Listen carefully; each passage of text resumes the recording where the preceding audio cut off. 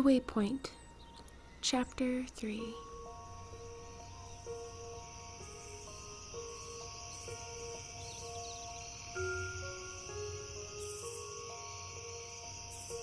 No, I told you there were 22 of them. I didn't hear you say it. Well, that doesn't change the facts. Not any of them. Chester wrinkled his nose in the direction of his new accomplice. She was more ornery than the hog they'd just pushed and pulled back through the broken fence line. He looked around the bushes, deciding not to engage. So that means we're too short, he concluded. Sure does. Nessy pushed her way through the line of underbrush between them, exposing a sarcastic smile. If only you hadn't upset Betsy so bad. Poor thing, she really smashed through that fence. She shook her head before calling for the geese again. Chester glanced over his shoulder at the grazing cow and crinkled his nose. She looks just fine to me. He turned to see Nessy disappearing into the tree line at the far side of the clearing, making her calls the entire way. Chester pranced along after her. Does she ever stop eating? He called. Who, Bessie? She hollered back with a laugh. Don't be silly, Chester. It takes a lot to make a lot. And for one cow, she provides more than enough milk than's needed. On hearing her answer, Chester stopped in his tracks, determined to find his own way. He made his way in the only direction they hadn't tried yet. The looming trees standing before him looked less threatening in the full light of day. He didn't think twice at peeking through the first thick line of them. He squinted his eyes, doing his best to see things more clearly through the shadows presenting themselves. We're looking for 2 white geese, he reminded himself, as if he hadn't gone over the information 1,000 times in his head. And if that hadn't been good enough, Nessy had railed it in enough times while tossing the facts between them. He couldn't have possibly forgotten the 2 pieces still missing. There. Chester squinted his eyes.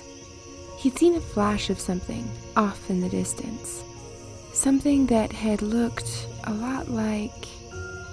Nessy! I found them! He called over his shoulder. Good. Her voice was distant as her reply danced over the leaves and boughs and bushes between them. Don't go in by yourself.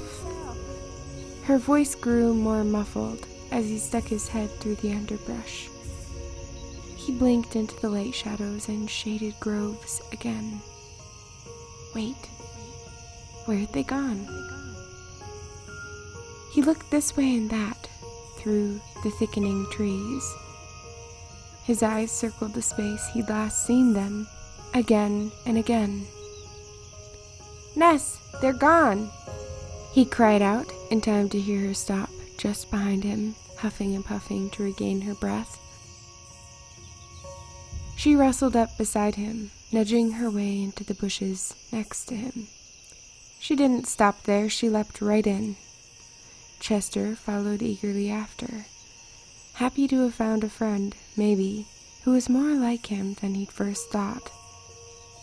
Hey, you know these woods pretty good, huh? He asked. Mm-hmm. Well, as Granby always says, I know 'em as well as anyone really can know something that's always changing. She crawled over an especially large fallen log. Like this thing, she called. Chester followed suit, half listening and half looking for the geese that couldn't have gone far. It wasn't always on the ground sideways, covered in moss. Just think of it. It probably came from... there! She pointed toward what looked like the jagged bottom jaw of a detached skeleton tree. They both moved in closer to the splintered ends, deciding each set of barbed teeth would fit perfectly into one another. If only we were strong enough to lift the giant thing back into place, Chester sighed, cocking his head. It's not like it would grow back anyway, Nessy laughed. It would still just stay dead.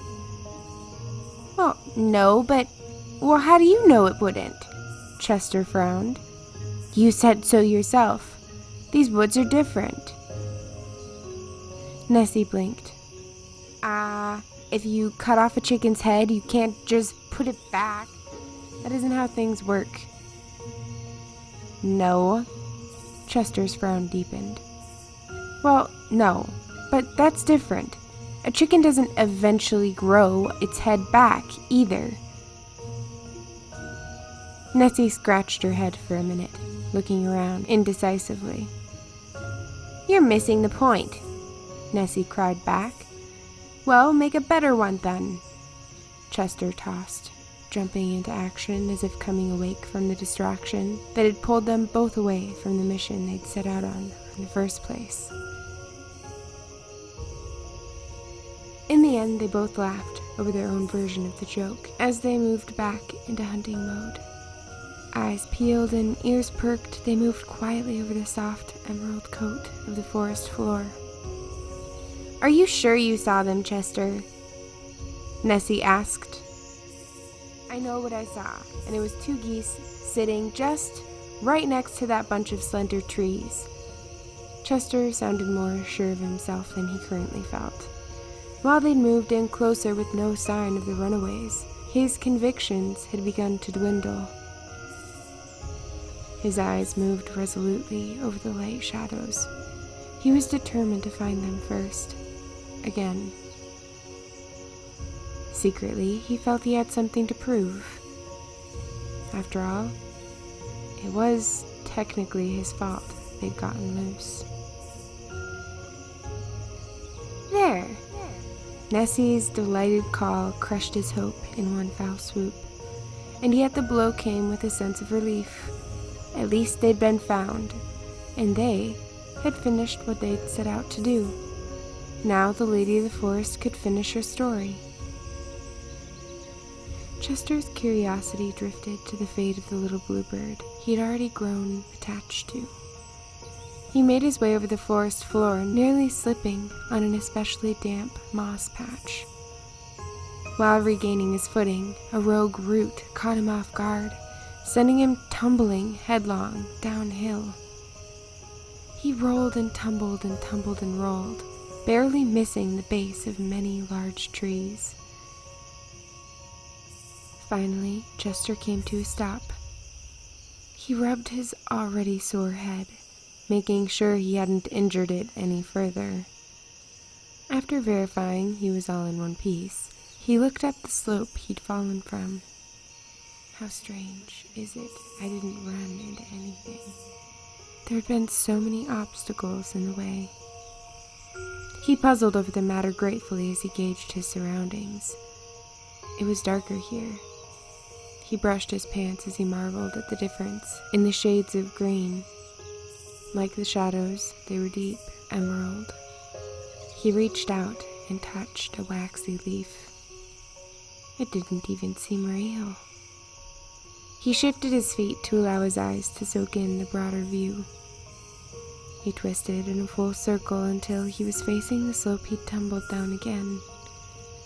Chester's boots sank into the soft moss he landed in. It was strangely pretty, and at the same time, the fine hairs on his arms stood on end, above the goosebumps rising beneath them. Without another thought, he squinted to the place he'd fallen from.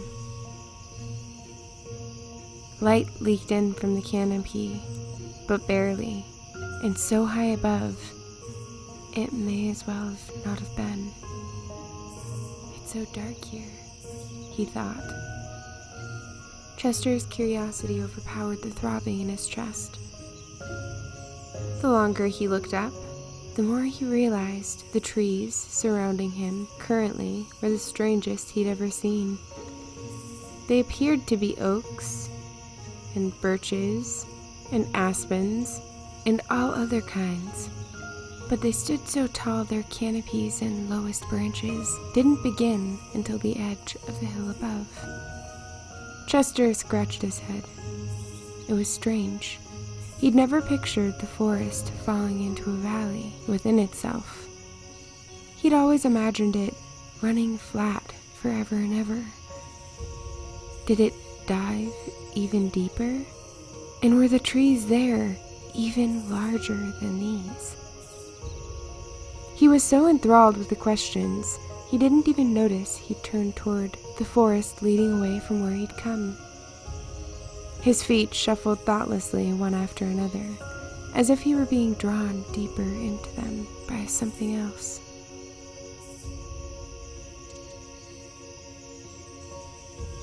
All I'd have to do is turn around and walk back, if all I'd do is walk forward, right?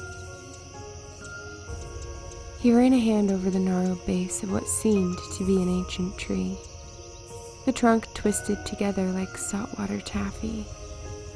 It felt strangely alive and made his mind wander to places beyond anything he'd ever seen. It was as if touching the moss-coated bark had ignited a million stories contained within its core. Chester quickly pulled his hand away. A few more steps led him through the first line of rugged giants. He looked over his shoulder to find he could still easily see the base of the knoll if he squinted. He ran his hand along the gnarled twists of another colossus. His eyes were mesmerized by the shapes and sizes of each. It was almost as if he could see faces and bodies frozen into them. The way they'd grown, each had personality. This one seemed surprised. That one, angry maybe. This one, sad. That one, tired or sleeping maybe.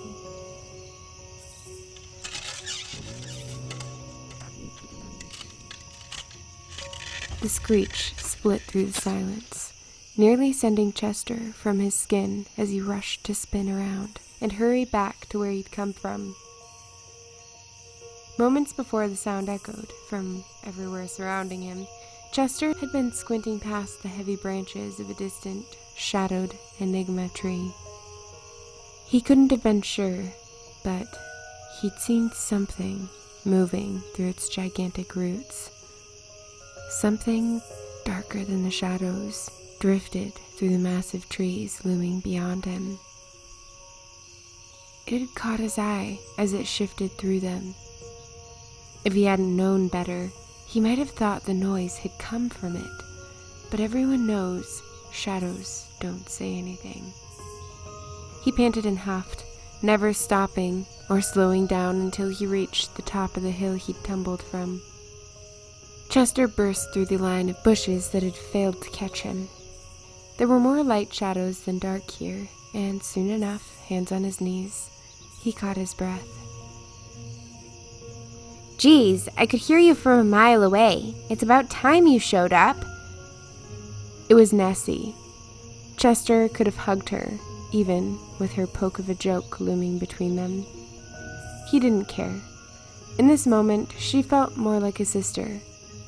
And as he'd learned from others who actually had them, that's what sisters did. He waved her off. "Don't go over there."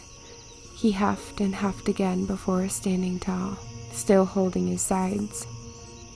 "Nessy, don't. There's something out there." She made a face and walked toward the bushes anyway. Well, whatever it is, you don't have to worry about letting it know where we are, she called over her shoulder. Chester twisted to see her disappear through the first row he'd just stumbled through. And the small clearing went silent. Nessy! He shuffled his feet along after and reluctantly stuck his head through the narrow passage she'd slipped between. Nessy! He whispered aggressively. His heart raced as he looked both ways. but surprise washed over his face. Nothing was the same. The forest beyond him was no different than the one behind him. There was no hill, there was no eerie dark lighting, no strange giants. Everything seemed just fine. The sun shadows washed back and forth with the breeze, swaying the forest floor into a state of tranquility and peace. It was beautiful. Nothing like the deep dark scene he'd fallen into. Chester crawled through the rest of the way in time to see Nessy coming into full view from an especially large oak tree, but nothing in comparison to the ones he'd seen. "Is this what you were running from?" She held up a garden snake at the end of a forked stick. The look on her face perfectly relayed anything she could have said. "No, it wasn't like this." Chester started with a sense of defensiveness as she lowered the snake to the ground. But then, he understood why she'd feel that way if he was scared over such a little thing. Only a foolish coward would have been afraid of this, he reasoned. He sighed, ready to explain his side of things. "Nessy, it wasn't like this, I promise. When I fell through the bushes, I fell down a steep hill and into a deep valley full of the largest trees I've ever seen. There was something strange about them." Chester slowed down midstream and then stopped. "Nessy, what's wrong?" He moved closer, waving a hand in front of her face. "You look like you've seen a ghost. Are you all right?" Nessy glanced around. Chester hadn't seen her nervous before this moment, and even though they'd only known each other a day, this only added to his own unsureness. She looked the forest over one last time, listening intently before grabbing him by the arm and fast walking toward the cottage. "Let's go," she said, as they were already moving.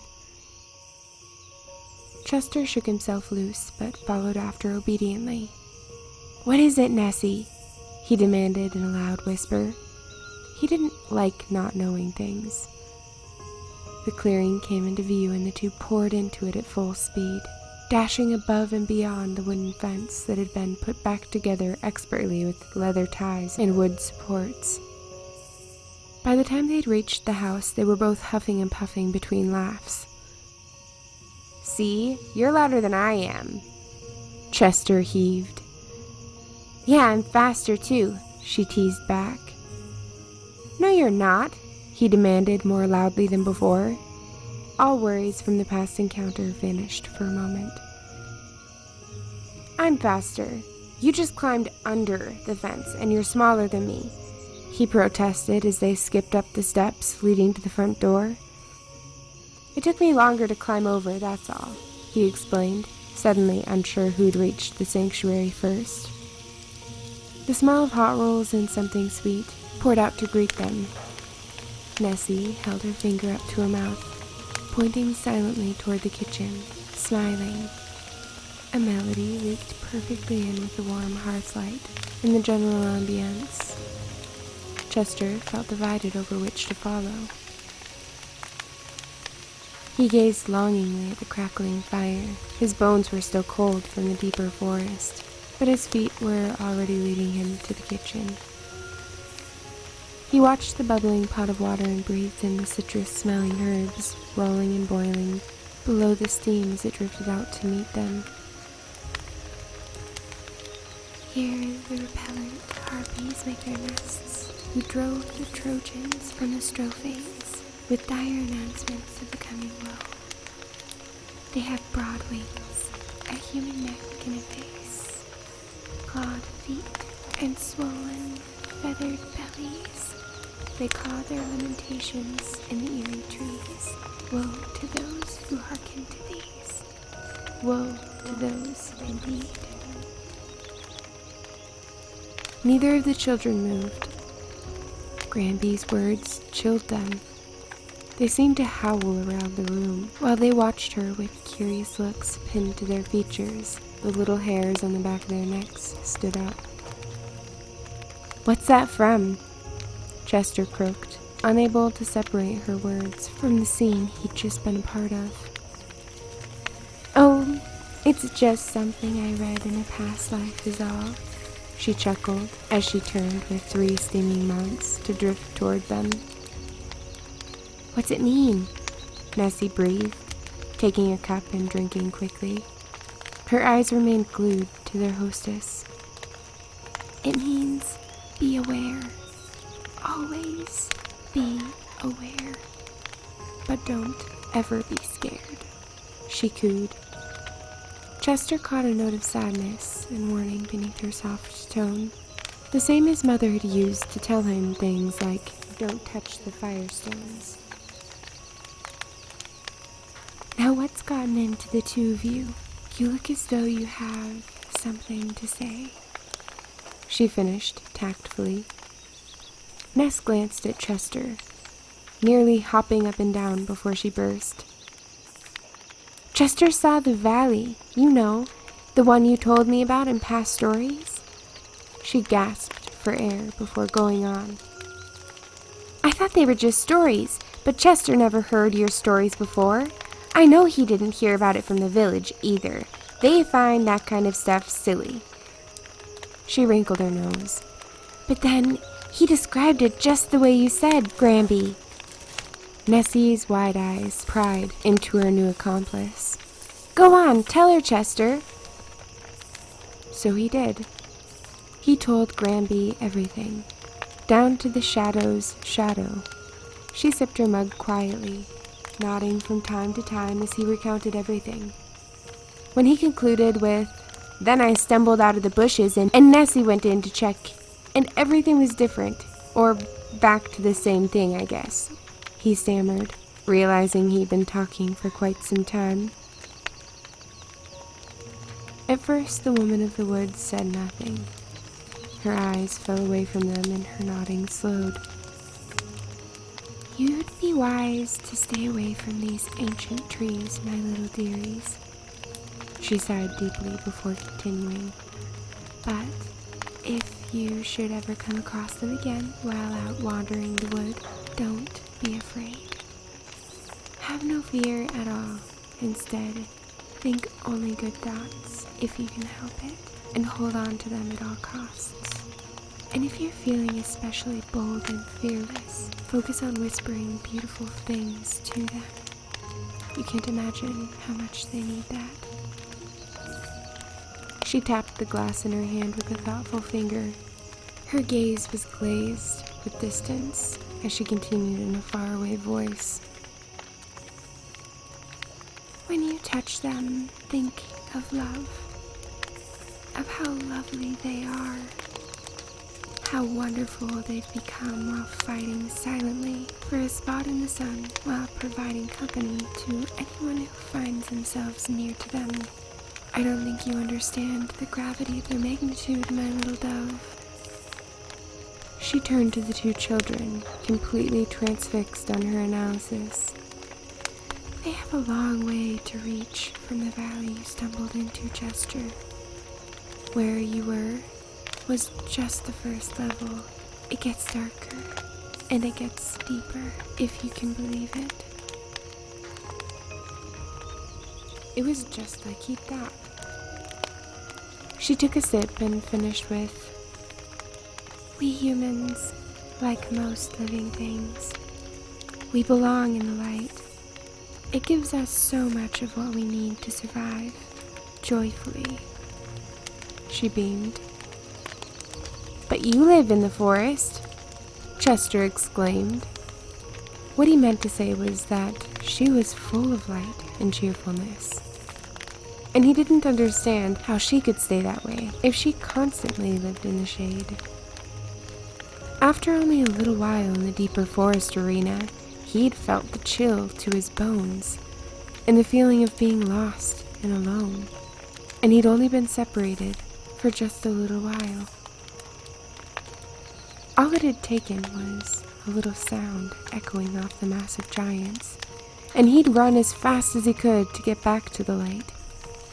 He'd never been so happy to see a person as he was to see Nessy as he'd sprung from the bushes. All odds between them had dispersed as he realized he'd found something familiar to stand with. Things had felt less scary. Suddenly he felt for the massive giants, hoping in his heart someday he might come across them again, just so he could say kind things to them. I guess I'm saying, well, there isn't much light here, but you seem to do all right, he finished, his statement finally coming out more like a question. Both of the children watched eagerly as she smiled softly. Well, we all get what we need from where we need it, And just when we need it. You'll come to know that the longer you live. Nessy and Chester looked at each other, eyes sparkling with questions. Granby's chuckle sang like a breeze between them. For example, I gather so much delight in the roles you bring to me every day, my little Ness. And now, we get to share a company with a brand new friend. She held her hand out, indicating Chester. He blushed at the acknowledgement, feeling strangely bashful for a moment. I'm just glad we found all the animals again, and I'm sorry I broke your fence with Betsy, he finished, secretly hoping she wouldn't tell Buck anything that had transpired.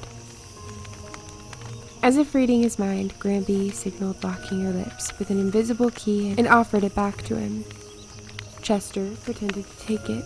A smile lifted the edges of his mouth. I know it's your first day on the job. She glid to the windowsill, glancing out through the mesh curtains. A motherly smile gathered over her while she continued watching the front yard. Everything appears to be back to the way it was, so there's no need to carry on. Everyone who needs to know of this is right here. If I'm asked how today went, my answer will be simple. It couldn't have been better. She turned again, nodding her approval to the apparent relief on Chester's face. Yeah, I won't say anything either. Although Buck would probably get a big kick out of you tumbling down the hill like a big baby. And not to mention you only coming back after I'd caught the last goose, not to mention. Nessy's eyes twinkled like a puppy trying to play with a fellow pup. And I won't tell him that when you came running back into the clearing where I found you, I was afraid you'd wet yourself. Okay. That's enough, Nessy. Grandy clucked. Chester frowned at Ness, deeply moved to dislike the more that she said. But at Granby's interruption, it faded like a dream. He found himself caught in a weird place. Because Nessy was smiling and laughing in the way she was, it didn't feel like she was making fun of him, but having fun with him. A smile caught him up again. Slowly but surely it crept along his outlines until he was laughing too.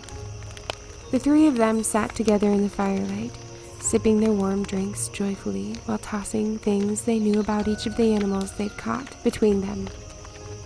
The Lady of the Woods always had more to offer, and each time either child ran out of something they knew, it was only then she'd slip in with something new for them to chew on. And chew they did, until finally she recognized the passing time and shooed them along. I've taken your time long enough. She smiled widely at the protest in their expressions. Wait, we can't leave yet, Chester cried out as they made their way toward the door anyway. I know, but you must. Granby chuckled again with mock distress. You'll be back again tomorrow, little Master Chester, if all goes as it should, and there's no grand adventures. It may be a shorter trip, but you'll be back all the same, she offered reassuringly. But we never finished the story. What about the baby bluebird? He protested.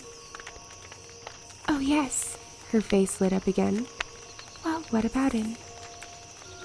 Well, the whole story has to have a point. Does he make it? Did he find a good home? Do the geese save him? Does he make friends with the rabbits? She looked surprised and then overjoyed with all of his questions. Well, I'm glad you enjoyed him so much, but if you enjoy his story, do you really want it all at once? Then you miss out on the million stories that lead to the answers of those questions. She raised her eyebrows and widened her emerald eyes. Sometimes those are more enticing than the reason we latched on to their story in the first place. Chester thought about it before letting out a sigh. No, you're right. I guess I don't want to know it all at once. But I have so many questions and no answers. All of it seems so helpless. He's a baby bird. He doesn't even have all his feathers yet, and no one's even tried to watch over him. He ended with a huff, realizing his full dissatisfaction with the story so far. And yet, the Lady of the Woods smiled slyly, winking at Ness from the corner of her eye. You see, little dove, everything turns out just as it's supposed to. Even if it doesn't make sense in the moments before, whatever's meant to happen, happens. But if a moral to the story will make it easier for you to let go until tomorrow, how about this? Maybe the little bluebird is learning how to pick out counterfeits. She plucked at thin air and tossed the same over her shoulder playfully. Each thing he survives at this stage is only going to make him appreciate his full-grown wings and ability to use them that much more. She drew her closed fist right under his nose and opened it to reveal the prettiest royal blue blossom from thin air. Chester blinked back his unbelief. He asked for a greater adventure. Life just had to get him out of his comfort zone and train him for the task, that's all. Granby closed her hand again and then blew on it, and when she opened it again, the flower had turned into a butterfly. It lifted away and fluttered toward the door as she opened it. But what's the point? They've all been rotten. Everyone he's met. His family, his supposed friend. And how does he know anything he meets will be any different? What's the point of trying when everything seems to be working against you? How does he know it won't just keep getting worse? Chester cried in exasperation.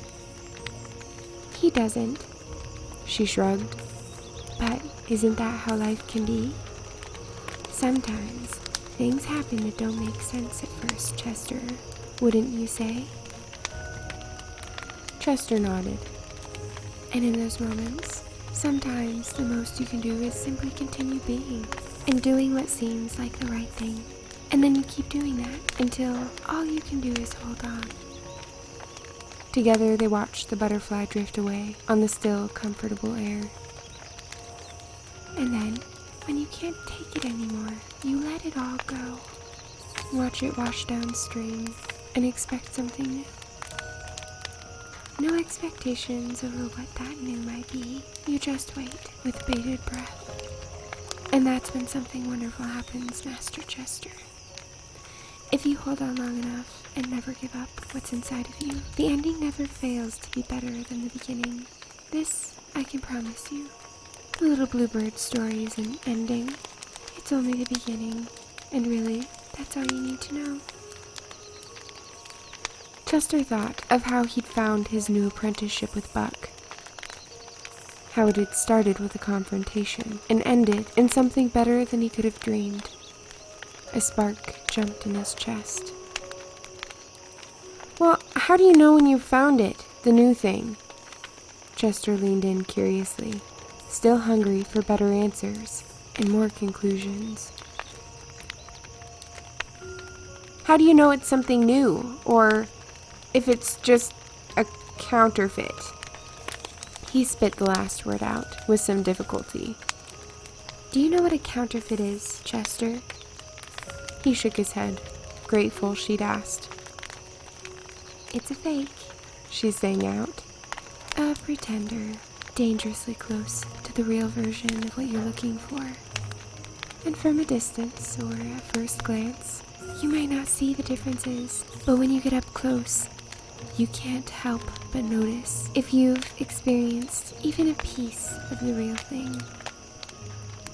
Chester still felt uncomfortable with so many loose ends hanging over his head, even if it was just a made-up story. Something made him feel incomplete without more knowledge and further insight into the life and plotline extending outside of his scope. He blinked at the realization, looking more attentively to their hostess as she offered he and Nessy their boots. Resolutely, she ushered them toward the door. Chester, I assure you, when you've found it, you would have to be a blind fool with no sense to not see it with your whole heart, and then chase and nurture it at all costs. Even in the dark, what you find will light your way. Let yourself feel hope for that. Hold on to it, and get excited when little things tug at your heart. In the meantime, they might be important details or even little clues trying to guide you to your forever home. Don't be afraid, because once your reason finds you, you won't have a choice but to find it back. You won't be able to miss it. Her eyes twinkled. Silence reigned between them while Chester quietly put on his boots. He was lost in the idea of it all, and unaware that Nessy had already put her final shoe on and was collecting her sack from the countertop. "I bet Buck's wondering where we are," she chirped. It was the first time she'd spoken since he'd complained about leaving the story open-ended. Granby nodded. She smiled and waved them away until they'd reached the little gate leading from her oasis. At that point, Chester turned. She was still standing in the doorway, smiling after them. He waved, and she returned the gesture full-heartedly. "I'll see you tomorrow, little waif," he could almost hear her say. With that, he rushed to catch up with his new friend. He didn't want to be late. To be continued.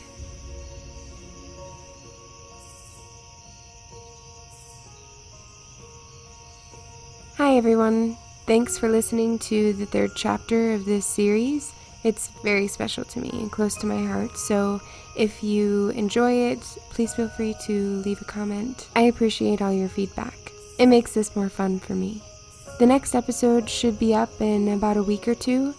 I also have a few other storylines if you're interested in them. One of them is The Truth About Dwarves and Dragons. It's a very playful origin story, I guess you could call it. But if you're interested in seeing more of that, I have a few videos up on the channel. If you enjoy them, please let me know in the comments, and I'll focus my attention on whichever storyline gains the most traction. Really, I want this to be an interaction between me and you, the listeners.